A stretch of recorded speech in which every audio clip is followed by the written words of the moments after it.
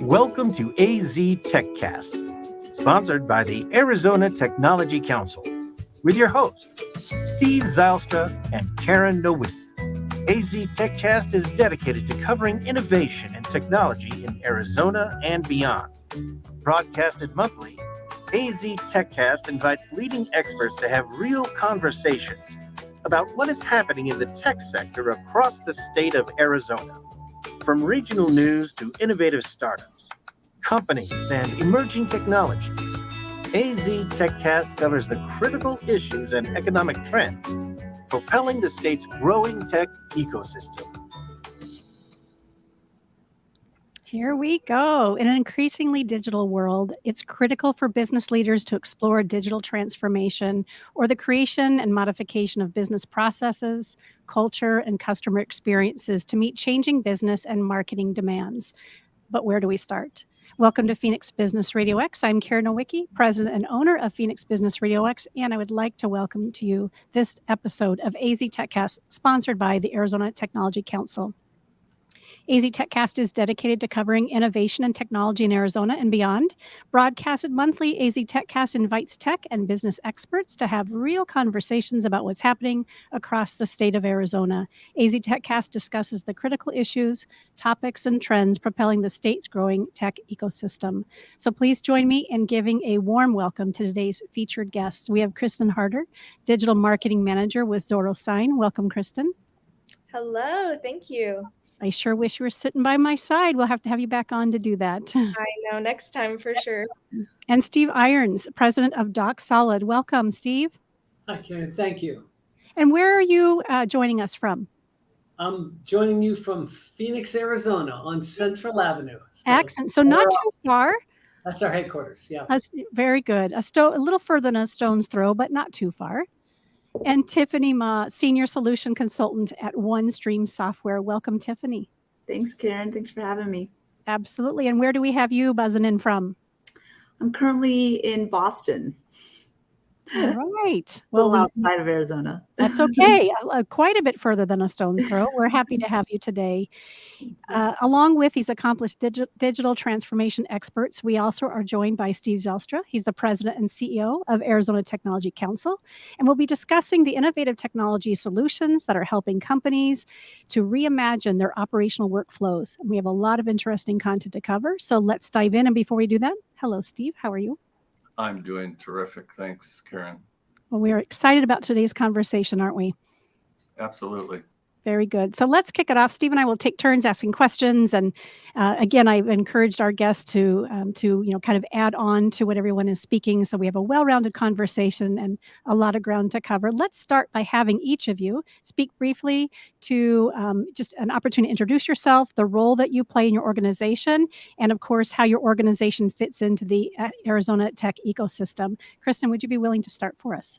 Absolutely. So I am originally from Fort Myers, Florida, and I moved out to Phoenix for school. Went to GCU for a couple of years and then got connected at Zoro Sign, and I've been working there for the last 2 years as a digital marketing manager. And a little bit more about Zoro Sign.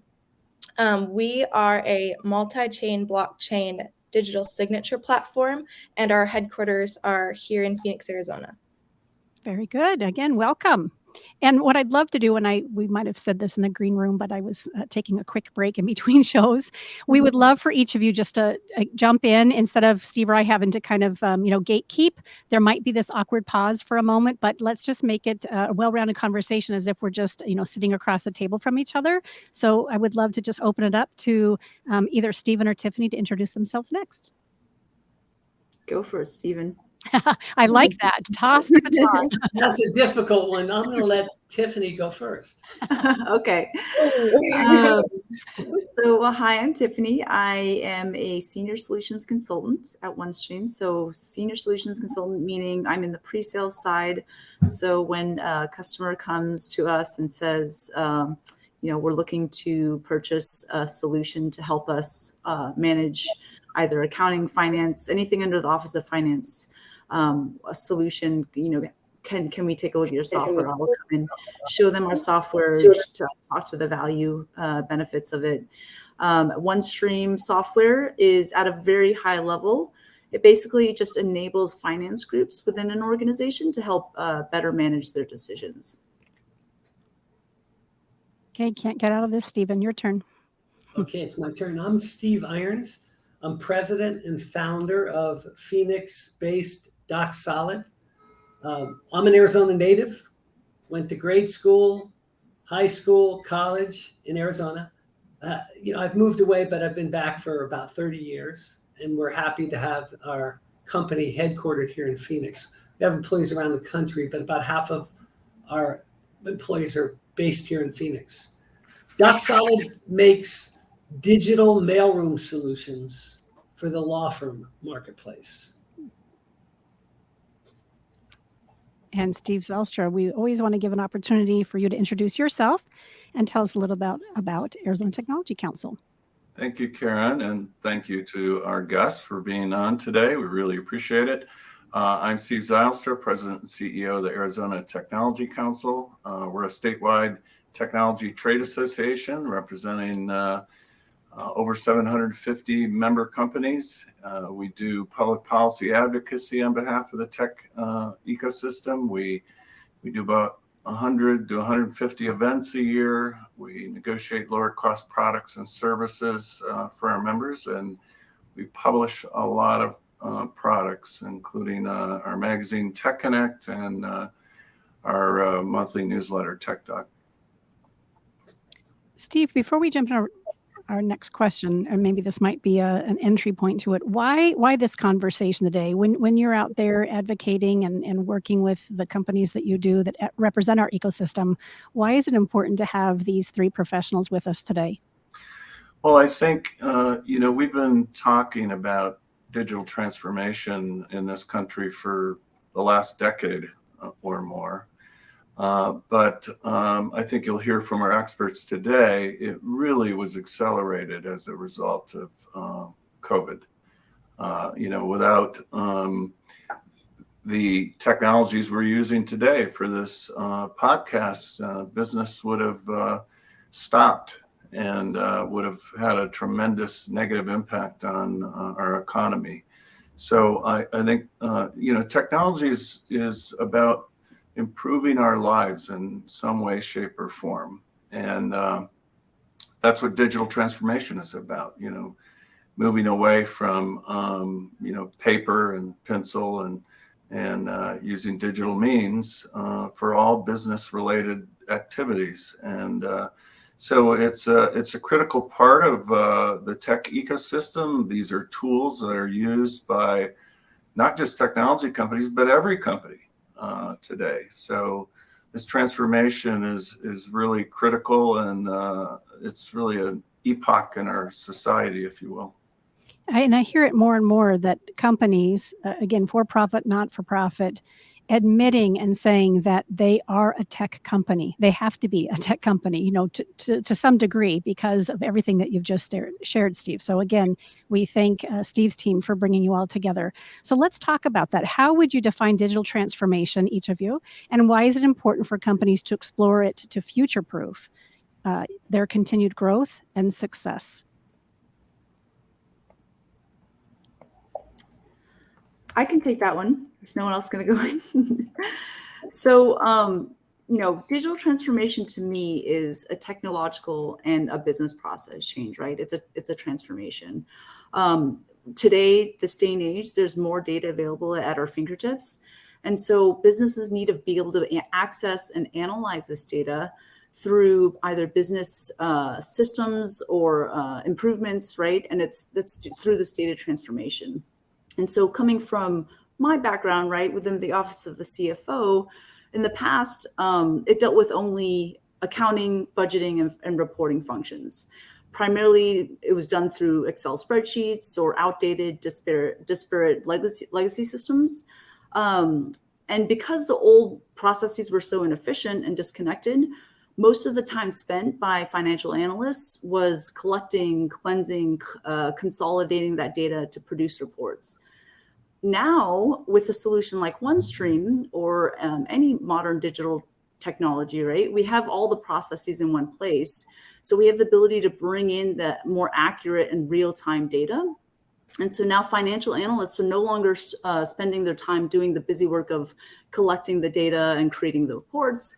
They're now letting OneStream do that for them. And they're spending time doing more value add things like analyzing the data, right? Or modeling out various scenarios to be prepared to quickly report to and adapt to changing times. So today, the Office of the CFO is strategically involved with the rest of the business more than ever, as opposed to just siloed into the accounting, budgeting, and reporting pieces, right? We have quite a few customers in Arizona, but two big customers are Freeport-McMoRan, which is a leading international mining company with headquarters in Phoenix. A second big one is Avnet, which is a distributor of electronic components, also based in Phoenix. But the two main themes of these customers of ours is once they, before OneStream, they had lots of manual work that was spent doing that, work in Excel and these old legacy systems. And now, as I mentioned before, they're now spending time doing these value add activities, and they're letting OneStream automate the work and get and cleanse the data, to report, to run the calculations. It's their lives are just much better for these businesses, right? Freeport, more interestingly, is that international mining company. Even though they're headquartered in Phoenix, they're now actually managing their mines across the globe. So you can imagine how difficult that would be and how slow that would be if they were trying to do that using Excel spreadsheets that were sitting on someone's local computer, right? Mm-hmm. Yeah, thank you. And Karen, you asked about definition for digital transformation. Our businesses have been digital for some time now in most aspects, but digital transformation is just that. It's when you apply the power of digital information to change your business process and to optimize it. You said, explore it to future-proof your business. You just got to do that to be in the future. You've got to be able to apply your digital assets to optimize your organization. So it is transformational. It's interesting that our company, which is really on a foundational level, helps law firms move paper onto their digital platforms. So we often get called digital transformation, but we're really just a small subset, kind of flooring for how that has to happen. And as if we needed a reminder, the pandemic and, work from home movements force-fed optimized digital methods and behaviors on organizations. And now we have a hybrid workplace. It's permanent. And that just, again, forces or emphasizes companies to be able to operate optimally with their digital assets. And so, that's what we help law firms do in our small segment. And just to add to that too, on our side of things, DocuSign, the digital signatures, how we would define digital transformation is moving the key operations from signing, sending, tracking documents from the paper-based to digital. And you're going to get the cost savings that comes with that, as well as the environmental savings. You're reducing your paper intake and your carbon footprint from transporting and bringing paper places to have signatures signed. And so, yeah, I guess I just add on to that. I feel like you guys killed it with the first two answers, but Thank you. Well, if everybody used Kristen's technology, I'd be out of business. So we've got to leave a little bit of paper left for us to do our rudimentary scanning to it. Okay, but that's working out. It's working out just fine though so far. So we mentioned a little bit earlier that the pandemic has really accelerated the movement toward digital transformation. Can you each talk about how you've seen that acceleration in your own environment? Yeah, I can go first again, unless Kristen or Steve want to go. Okay. Yeah. So, in the past, I've seen that any company that's faced change or has grown has really always had a need for digital transformation, right? And to me, that just means modernizing your technology and processes, removing the manual work, right? But with the pandemic, as you said, Stephen, this has brought on a slew of global economic of disruptions, right? It's the global economic changes, the supply chain, the inflation, the geopolitical challenges, the looming recession, the list goes on, right? But with all of these forces, I've seen that I think it's become a real wake-up call for organizations that haven't undergone the digital transformation to get to a place where they can adapt and basically navigate through this disruption, right? It's kind of like, to Steve's point earlier, you just kind of have to survive, if not, with digital transformation, especially through the pandemic here. Just to give another example of a customer, McCain Foods, they're not in Arizona, but if you've ever had a McDonald's French fry, you've had a McCain's food product. They supply the French fries to them. But during the pandemic, the CFO needed to see his financials on a daily frequency. And so he asked that their current OneStream system be converted to a daily reporting of the company's cash and capital position. So with OneStream, we were able to build a new application and dashboards containing that daily data in just 9 days, right? And so now McCain can monitor their business and make the decisions in real time, which is so critical, right, during the pandemic, because things were just changing all the time. And so I think that's really been the genesis of the need for companies to have this digital transformation in this time of day. Kristen, what have you seen at ZeroSign? I mean, for us, the pandemic, I think, was a big catalyst because businesses, governments, they all switched to home, and then it started, you're working online, you're meeting digitally, and your workflows, creating, editing, signing documents, all also had to go online because you can't meet in person anymore. And actually for ZeroSign, we moved our headquarters over to Phoenix in 2020. So the pandemic was definitely a huge factor in playing into that as well. Yeah, and in our business with large law firms, or big law as it's called, those are our customers, the biggest law firms around the world. Well, they were already in the back half of a decade of digital transformation, but when they all had to go home and work there, you have this dynamic in this particular vertical market that the older attorneys and their partners, so the business owners, they're in the business of creating documents, and part of that cycle goes through paper. They love it. And so for about half the attorney population, they were pretty resistant to digitization exercises. And but when they had to go to home offices, they had to change their behavior. They didn't have a staff around them that could serve them up with a file or, schlep a document down the hall. And they already had electronic document management systems in place, and they start to use them. And we saw, was it Churchill that said, never waste a good crisis? Well, this crisis now has taken this non-compliant or harder to adopt portion of the attorney population and made them more digital in their behaviors. So early on in the pandemic, we had big law firm customers who, didn't know what to do yet. And attorneys would literally drive into town, and somebody would meet them, some essential worker would meet them at the curb with a file. I can't tell you the law firms, but a lot of them, not too many of them. And mail, which is what we focus on, is mission critical in a law firm because the courts will send orders that require the law firm to respond within a certain number of days. And clients send mail, and opposing counsel sends, it's important, but it was just stacking up on the desks.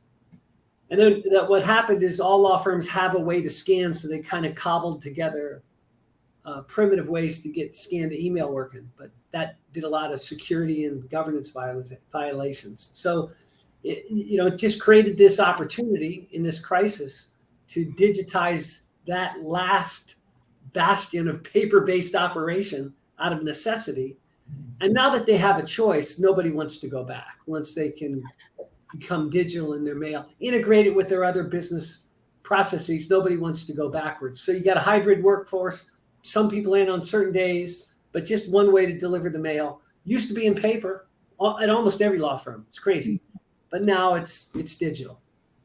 As a sidebar, and not intended to go down a rabbit hole, but I have a couple clients who are attorneys, and in this conversation, as it relates to going digital and hybrid, the relationship with the role that they play and the courts, right, who weren't really necessarily prepared, from what I understand, for these the hearings online and those sorts of things. For the attorneys that I know who are very digital savvy and tech savvy, they were like, finally, that we have to force the courts to this place of ease and automation and that sort of thing. So that I think it needs to be another whole show. So we'll pin that one for right now.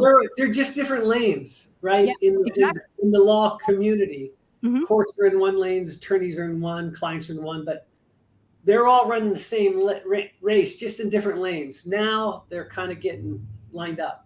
And we have to, because as Steve opened up for us, this digital economy and this need to have every company see themselves through a technological lens is critical for sustainability as a business.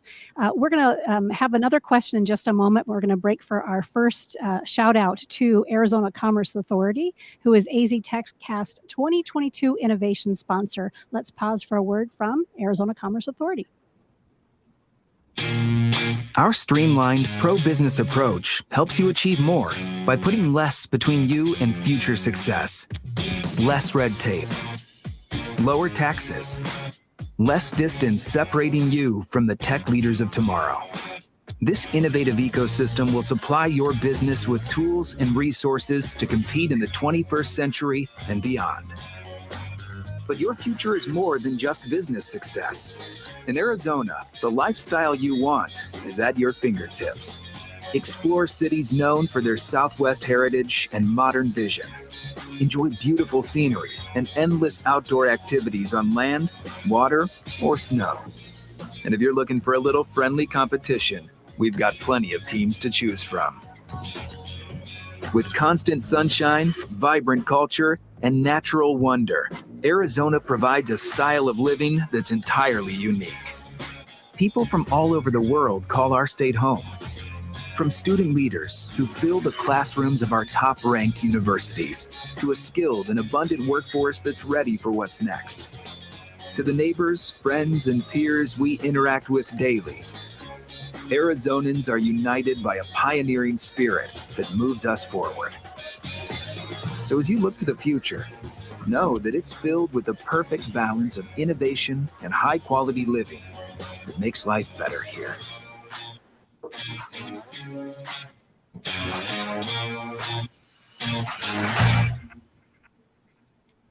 Steve, you talked a little bit about the old guard and the resistance to change. The great thing is that the generation, say, that's coming out of college now, doesn't have to transform, right? They're all digital, and it's really exciting to see the next generation push the old guard along in this process. I wanted to give each of you an opportunity to talk a little bit more about the solutions each of your companies provides and moving us away from pencil and paper to all digital. So whoever wants to start, you've talked a little bit about this in the course of our discussion so far, but any more details you want to share with us about your particular product and service? Yeah. So ZoroSign, we are a digital signature platform. And so the very idea of moving people from paper to digital is kind of what we stand for. And so in terms of the solution that we offer, it'd be the whole company. But also the other things that we have added on that I feel like give people a peace of mind in signing digitally is we have our entire architecture is built on blockchain. And so we have that added privacy and security aspect. And we started from the ground up with the priority of prioritizing other people's privacy and security when signing digitally. And so, yeah, I think that those would be the two solutions. And we have AI, ML, and other technology stacks that we've added in helping with this.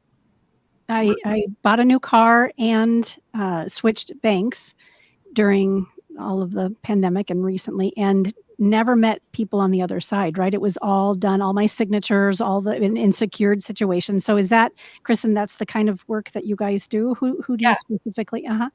Yeah, we do digital signatures. In terms of the people who use us, it's anyone who needs to sign documents. So we see a lot of the early adopters are people in the finance industry, law firms, as well as real estate, IT companies.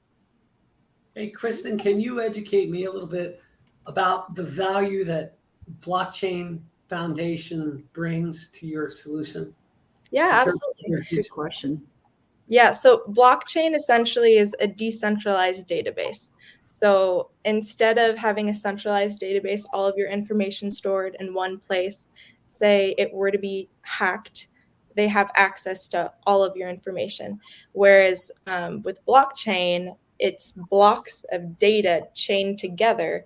And so say somebody hacks in or changes a comma on one block of data, you're going to be able to go back and see exactly who changed it, when they changed it, where they changed it, and it's going to be recorded in the blockchain.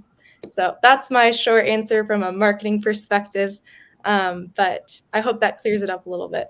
So is it like secure auditability, basically, through the blockchain security? Blockchain is very secure. Yeah, it's one of the most secure ways to maintain data. Some people refer to it sort of as a digital ledger, and it's really transforming business and industry. They're using it in all kinds of applications. Imagine someday when, for instance, everything related to your identity, your passport, your driver's license, your marriage license, all of that stuff could be on a blockchain. And, you could get access to it anywhere, anytime. It's digital and it's in these blocks, and no one else can tamper with it. So it's really cool technology. Steve, what about we've heard quite a bit from you about what you do for law firms, but anything further you want to add? Well, I'll just double down a little bit on what Kristen said about security, because as we become more digital, we have to be looking over our shoulders at security issues all the time. And in law firms, also governance, chain of custody, who has been in possession of a digital item and such. So our digital mailroom solution for law firms, we built it during the pandemic. We woke up in March of 2020 and said, wait a minute, how are they going to get the mail out? They used to have a mailroom clerical staff that would get the U.S. postal mail and the FedExes today, and they'd sort them, put them in wire baskets on wheels, and roll them out through many floors of the firm. They do that around the country and around the world. But the people weren't in the office anymore. So obviously this needed to be scanned and then sent to the recipients. But after the scanning happens, our software takes over. Some mail might be addressed to an attorney, but that attorney doesn't get her mail. It goes to an assistant. Might be a legal matter. That's what they call them, a matter. And there might be a matter team that needs to know this court order just came in. So the software would know to send a notification to everybody on the matter team. Essentially, the clerical workers can kind of do what they were doing before. It's keeps it clerical, but the software and the workflow around it is built to satisfy a law firm. So if a mail item needs to be calendared because it has to have a certain response date, it goes to a function in the law firm called docketing. Mailroom doesn't have to know that. Our software knows that. And the docketing function gets a notification that mail item is there. But the big thing that we do that's different from a security standpoint is when law firms were kind of doing an Apollo 13 and saying, okay, how do we get something done? How do we get something scanned in the early days of the pandemic? They would just walk over to their scanning copiers and they'd scan something as an email with a PDF attachment. But that has a lot of security problems with it. So if that PDF that's been scanned as a mail item and it contains sensitive client information or HIPAA information, things that just can't get out, it's really loose when you send it out in an email system. So we're integrated with the firm's electronic document management software. It's where they keep their stuff, and we put mail directly into the market leading document management software solutions that are out there. That's what these law firms are running. So we're actually putting it where it's going to end up from the get-go. And we just have integrations with all of those different software companies that create a daily mail folder for each user in their system. So, we had to write this, we had to integrate with those other solutions. But in the end, what we have is a more efficient, but also a vastly more secure method of delivering the mail digitally. And so that security aspect of things is a crucial part of what we take care of in our digital mailroom. I don't know if any of you have opted in for this, but the U.S. Postal Service uses a technique where they scan everything, and I get an email every morning that shows me what mail is going to be in the mailbox. And if you're waiting for something important or whatever, it's useful. So I love it. Yep, same. Very useful. Then just imagine that they had a bunch of people that could also open them up and scan everything that was inside. You're getting a lot closer to where it needs to be for a law firm. But law firms do the same thing. Law firms might tell the mailroom, if it says confidential on the outside of the envelope, we don't want our clerical staff to open that up. So they just send an image of the outside of the envelope, and then the software has built into it an opportunity for the attorney to click a button and say, yeah, go ahead and open that and scan it to me. Or don't scan that, go deliver it to my desk. I'll be in on Tuesday. In other words, a way to reconcile the portion of the mail that they can't open, and they're only going to scan the outside of the envelope, like U.S. Postal Service does. Cool. Tiffany, what about OneStream? Yeah, so OneStream is not as applicable to daily lives as Kristen and Steve's examples are. Again, it's kind of a niche area, but just at a high level, we call it corporate performance management. It's basically just, as I said before, enabling finance groups to help the businesses make better decisions. So I'm going to take your question of what our company does and kind of take it a step further and say explain a specific feature that helps our customers. So for most companies right now, mid-sized to larger, it takes finance and accounting users time to gather your information from various sources, cleanse it and aggregate it up into a view of the business to have the information to be meaningful and to help leaders make business decisions, essentially. It normally goes through a process of taking all of your systems like your subledger. I'm going to go into kind of accounting technical terms, but you're taking transactional detail like your point of sale systems from maybe a restaurant or business or invoice detail. And then it aggregates all that up and consolidates all that information into a general ledger. So Stephen, you mentioned the blockchain being a digital ledger, right? It's same concept. It's bringing all that transactional and operational information to this consolidated view. Then that feeds into either Excel or another system that has to then get that information into a digestible format to where you're looking at your business in a way that you run it, meaning you're now able to see it in a holistic view of your business by customer, by your products, by your regions, right?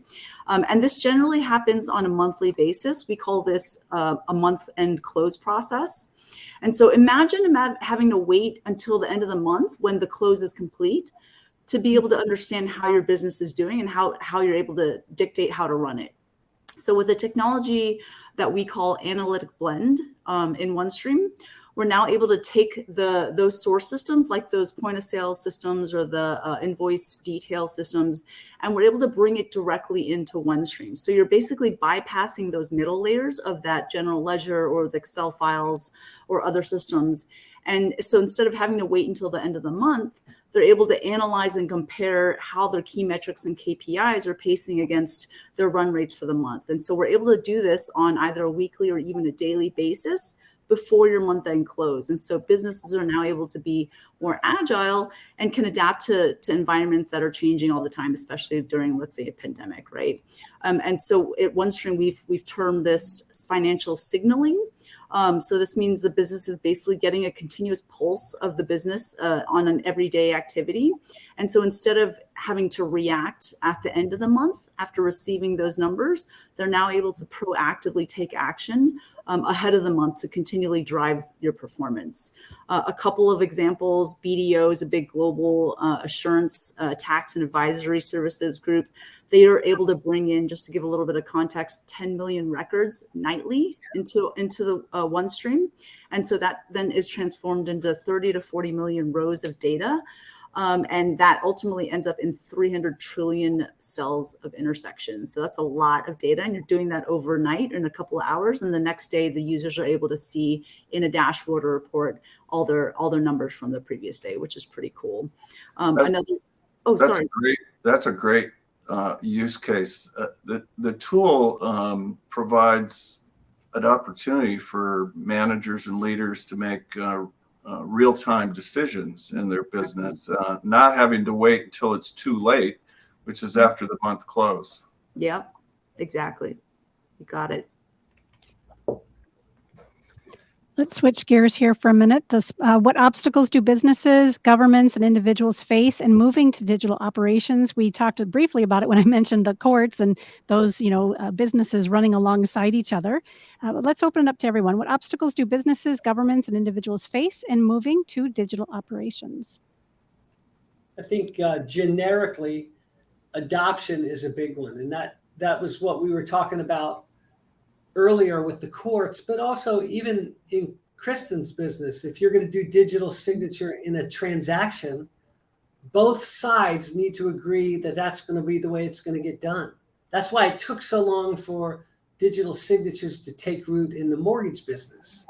If I've got a cool way to close a mortgage, but the party that's buying the house shows up and sits down and wants to sign a bunch of things and walk out with the paper, well, you've got to accommodate them.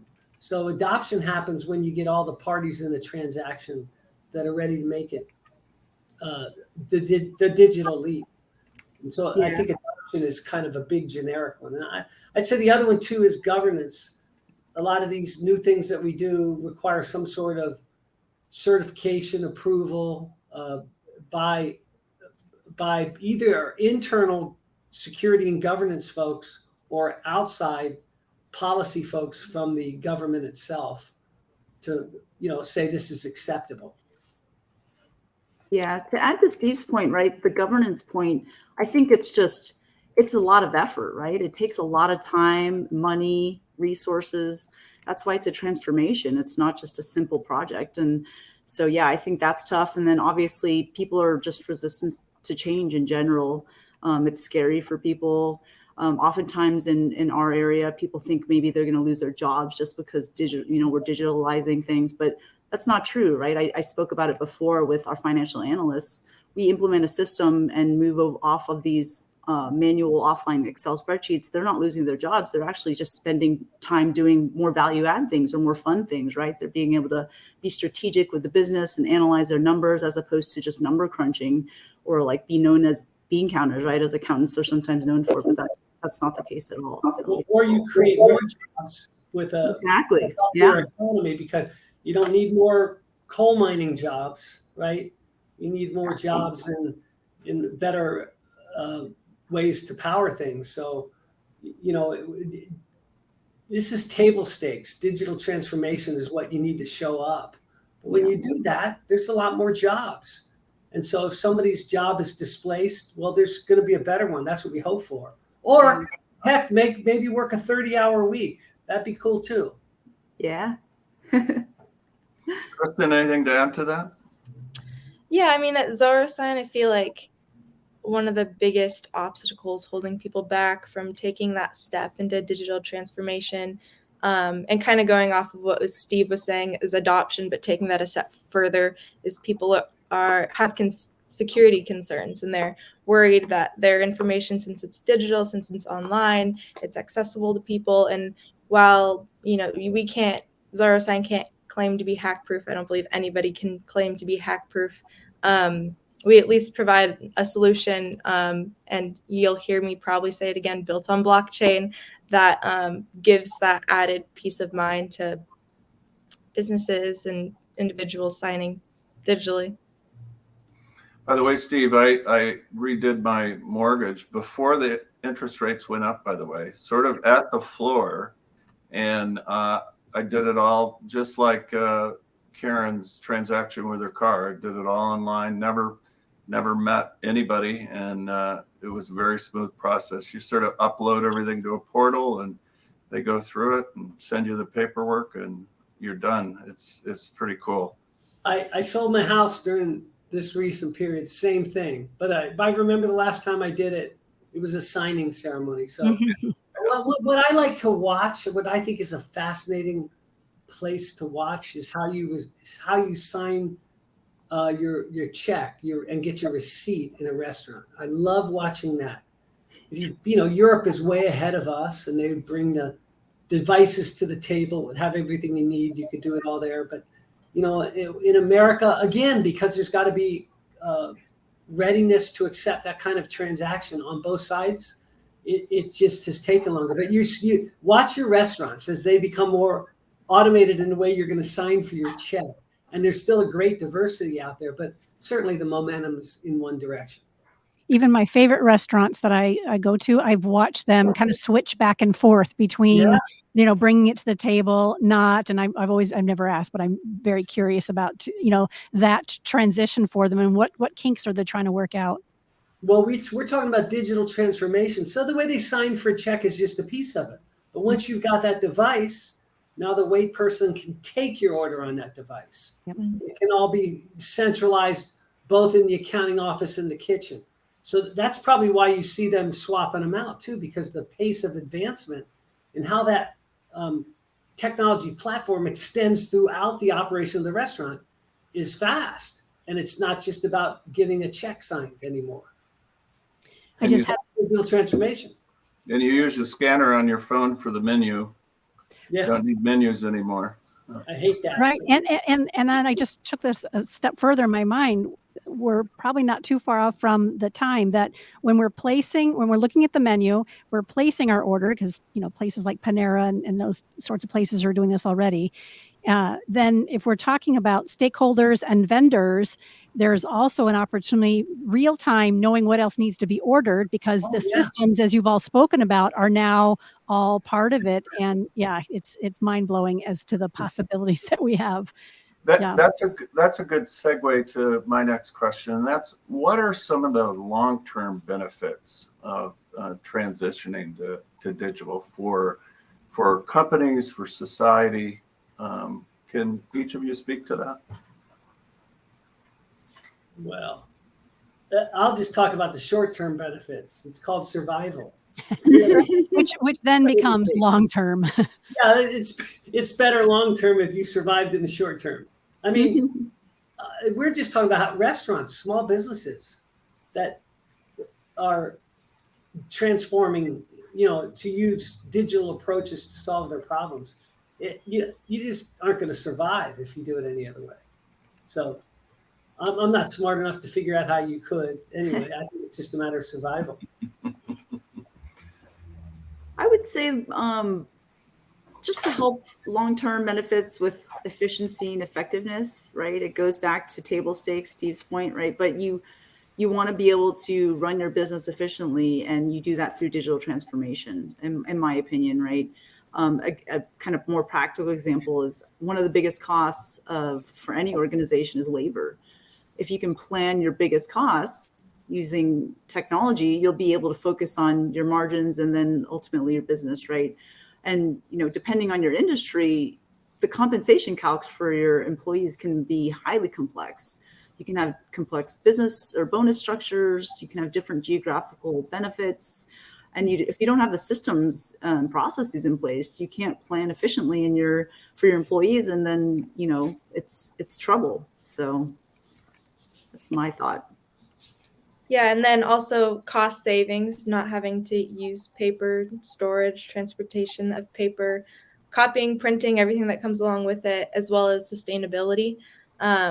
Just in the long term, saving trees and signing digitally.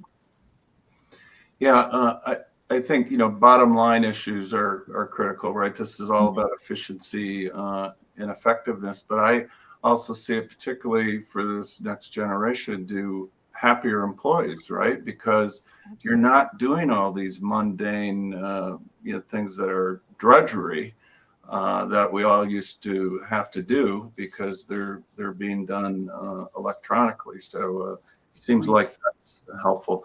Are there, we're the Arizona Technology Council. Are there technology trends that are influencing or accelerating this evolution of digital transformation? Well, we talked about, I think Tiffany's and Kristen's business is accelerated by the ability to manage big data, apply blockchain to it. 10 years ago, some of these things were in a lab, and now they're almost commoditized, the ability to tap into them.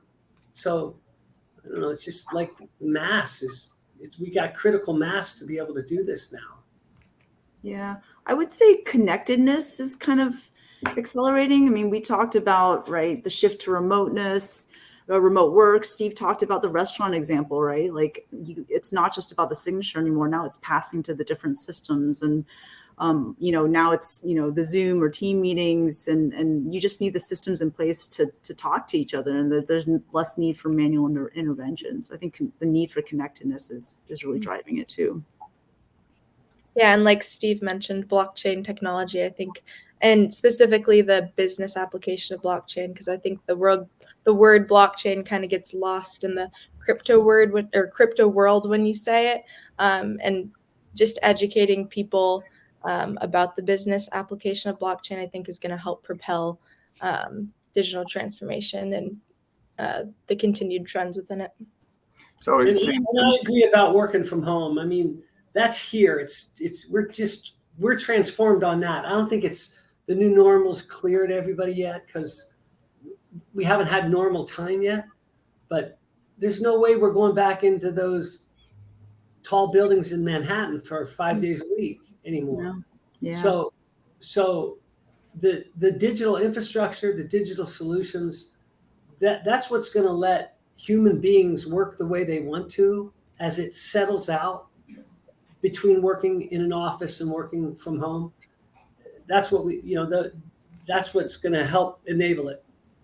Steve, we're transitioning our space on Central, just south of Thomas, to an event facility, taking out all the offices and, Wow. creating a big board room so we can have board meetings there. And we're going to do events there because all of us now work from home and it works perfectly. Well, we're neighbors, Steve, on Central.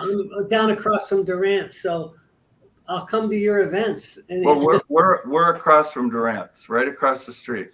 Wait, are you at 2600? We're at 2800. We're at the next building. I'm at 2600. I So love it. That's pretty cool. keep the music down at those events. Right. I'm trying to get some work done here. We've got about 10 minutes left. And as we always say, we could, do another hour or two with you all. Before we ask the next question and begin to kind of round out our conversation, I want to make sure that we give proper shout out to our 2022 Tech Advocate sponsor, JDH Insights. Let's hear from them now. Thank you, JDH Insights, for being our 2021 Tech Advocate sponsor. A leader in coaching and executive development, JDH Insights is committed to helping organizations cultivate and leverage their most important and complex asset, their humans. Visit jdhinsights.com to enhance leadership and improve team dynamics to take your business to the next level.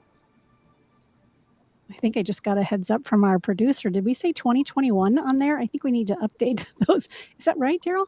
Yeah, we need to update those sponsorship spots. Well, good to know now that we're halfway through the year.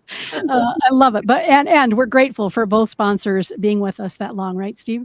Yes, absolutely. Yeah. By the way, I wanted to mention one of the things that it seems so archaic to me that we still exchange dollars and coins, right? We Barely. already have digital currency, and the idea that we have to, give dollar bills or tens or 20s and change to people just seems so archaic. That needs to move all digital as well. And of course, we're moving in that direction. Are there any companies in Arizona or I guess outside Arizona that are really taking the lead in digital transformation that you all admire?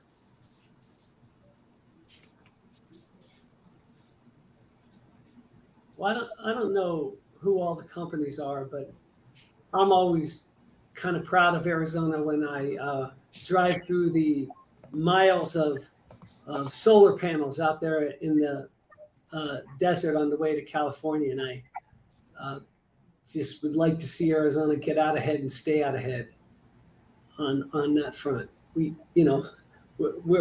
running out of water, but we're not running out of sun. So yeah, we have more days of sunshine than any other state in the United States. I just saw an article today. We are still a leader in installed solar in the U.S. Maybe not in the world, but in the U.S. But we work a lot in the area of clean energy and renewable energy, and are trying to get the powers to be to move or to accelerate faster to those kinds of solutions. And all the electric vehicle companies in Arizona are members of the Tech Council as well. So a lot going on in that space, Steve.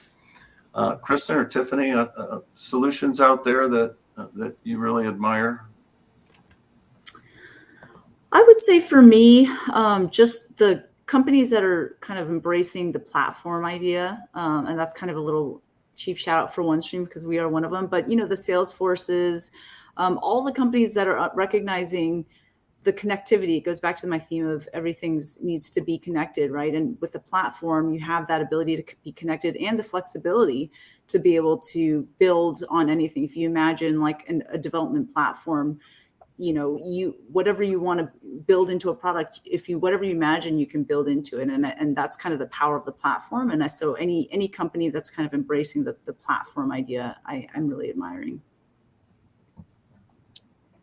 I have no particular company in mind. I mean, companies that I admire that I think are embracing digital transformation, Google, all of the big dogs out there, and also just the early adopters who are, embracing, trying new technologies and diving into the next level security here in Arizona.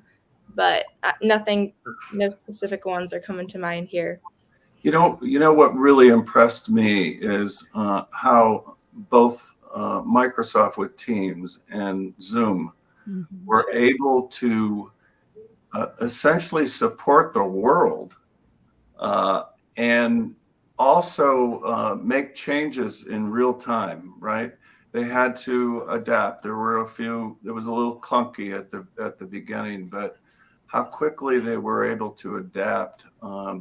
I mean, they enabled economies around the world to continue to operate. And if it hadn't been for those platforms, I don't know where we would be today. So they really impressed the heck out of me. There were a lot of options out there sort of during the pandemic for doing events on platforms. I don't know if any of you experienced those. Some of those were kind of fun.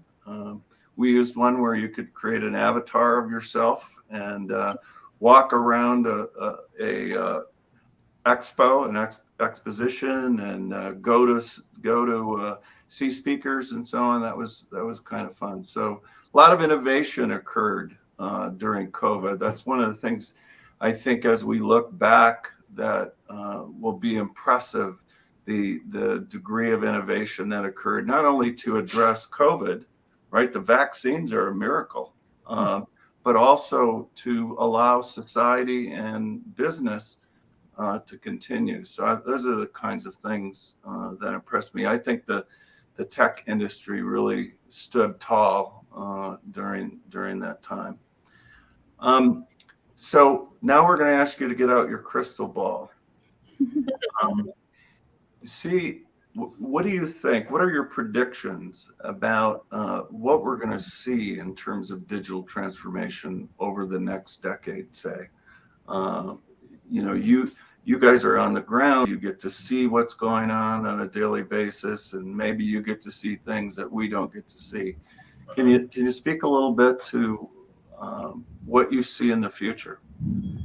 So for ZoraSign, we consider ourselves a Web3 technology, and just the very concept of Web3 technologies coming into our world and transforming it digitally.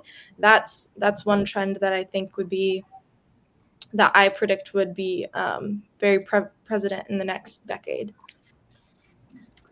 Yeah, I think I agree with Kristen. I also think AI ML is going to be big, and it's going to get big quickly, right? We are in the age of data, so the more data, the more the technologies need to keep up with the ability to process, cleanse, report on that data. Again, shameless plug for OneStream. We have a machine learning product called Sensible Machine Learning, but the idea here is you're able to create a more accurate forecast for your business by taking out human bias, adding in machine learning or statistical models. But ultimately, the goal is to help with the downstream processes, right? Yes, you get an accurate forecast, but for the downstream processes of labor planning or supply planning or inventory planning, right? If you think about one of our customers is a grocery store, you'll have less waste. Oh, I think there may have been a glitch. Sorry. And You're back. Okay, sorry about that. Just giving a real life applicable example of if you have let's say $1 billion company and we saved 1%, we gave 1% improvement in your forecast. That's still $10 billion, right? And that could equate to excess inventory that you could take off your balance sheet. One of our customers, Polaris, is a manufacturer of off-road vehicles, so ATVs, UTVs, snowmobiles. We had them go through, use Sensible Machine Learning, and they saw an improvement of their forecast accuracy in the double digits, which is really impressive. So I really think AI ML is going to really change the game. I think that Tiffany used the word earlier, platform.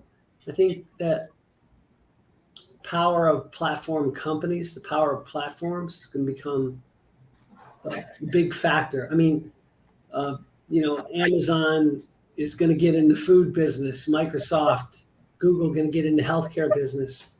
But the strength is from these digital platforms that they're able to leverage. And when they own them, it's monolithic in some ways.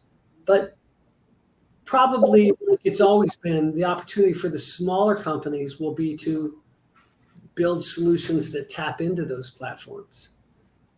But I think the notion of a platform that houses these powerful digital transformational capability sets it's going to be what new massive companies look like. And, the next Microsoft is out there doing that right now. We still don't know who they are yet. A couple of years ago, I had the opportunity to both meet and listen to Mark Cuban speak when he was in town. And he had just finished reading AI for Dummies. And he basically said that every business owner in the world, small, medium, and large, needs to understand AI and how to leverage it in their business, because it's going to transform businesses in a way that we can even comprehend right now. So, and again, it will be about taking drudgery out of the work processes, right? Because AI is really replicating what typically would have been a human process. It's not a robot walking around. It's really just replacing something that humans used to do that was onerous. And so that's my prediction, is that AI is going to change everything. Imagine a platform company that could actually offer up AI in ways that it could solve small business problems through English language requests. I mean, Google does that now. Google punches a hole in the internet, lets you ask it a question. And a few years ago, we thought that was an outrageous idea, but that's, you do now. You punch a hole in the internet, ask it a question, and it's got an answer for you. Right. Yeah. Imagine you could do that with, well, of course, Google's got a little AI behind that as well, but Yeah, they do. universally applicable AI be amazing. Karen, you Well, want to take us home? Yeah, so good. I really, I know Steve and I both appreciate each of you deeply, and I'm sure our listeners are blown away by the wisdom and really the communities and the businesses and industries that you serve. So thank you again for making time for us, and appreciate the camaraderie and the opportunity to ask questions of each other as well. You've been listening to AZ TechCast, brought to you by Phoenix Business Radio with Business Radio X. AZ TechCast was brought to you by the Arizona Commerce Authority, the state's leading economic development organization, with a streamlined mission to grow and strengthen Arizona economy. Thank you, Arizona Commerce Authority, and thank you as well to JDH Insights, the 2022 Tech Advocate sponsor. Visit jdhinsights.com to enhance leadership and improve team dynamics to take your business to the next level. If you're interested in becoming a podcast participant or sponsor for the Council's AZ TechCast, please contact marketing at aztechcouncil.org to learn more about opportunities to further position you as a tech expert, influencer, and innovator. Until next time, I'm Karen Nowicki. Thank you again for joining us for AZ TechCast.